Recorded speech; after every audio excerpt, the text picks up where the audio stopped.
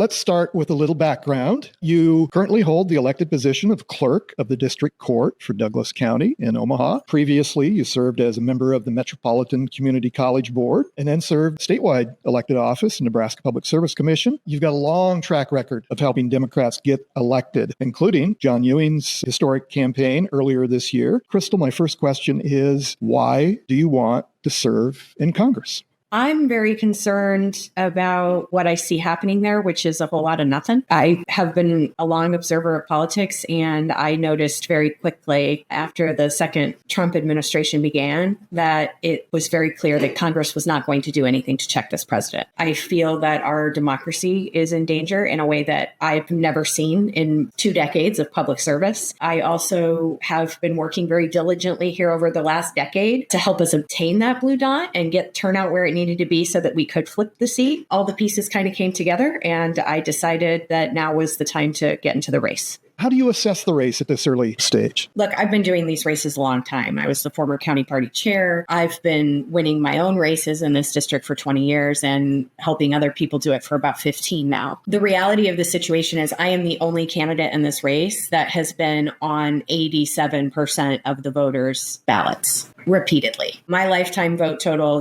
between the 8 years I spent on the community college board and then the 8 years I spent on the public service commission in the bigger district than the metro board and now a countywide office, over 300,000 votes compared to Senator Kavanaugh, who's only been elected twice, having a much, much smaller district. So it really is at this point about who do the voters know at this stage of the game. Of course, he comes from a legacy family where several members of his family have served. But when we were assessing the race and looking at those districts, I've been on the ballot in 233 precincts. And if you take all the different Kavanaughs holding office, something like 53. So voters are going to be familiar with me. Almost all of the races that I've been involved in for myself have been during midterms. And frankly, part of my decision and my waiting this out was Senator Kavanaugh represents me in the legislature. If he is elected to Congress, Jim Pillen will be replacing him. I just couldn't stomach that. We are holding on to the blue dot, holding off a winner-take-all bill passing in the Nebraska Unicam by a single vote. That risk for our community and frankly, for the Republic was more than I was willing to tolerate. This seat really, really matters. The voters deserve somebody who's experienced and that can win it, and also who, frankly, doesn't have any problem telling Republicans no when they're misbehaving. That has certainly been a criticism of me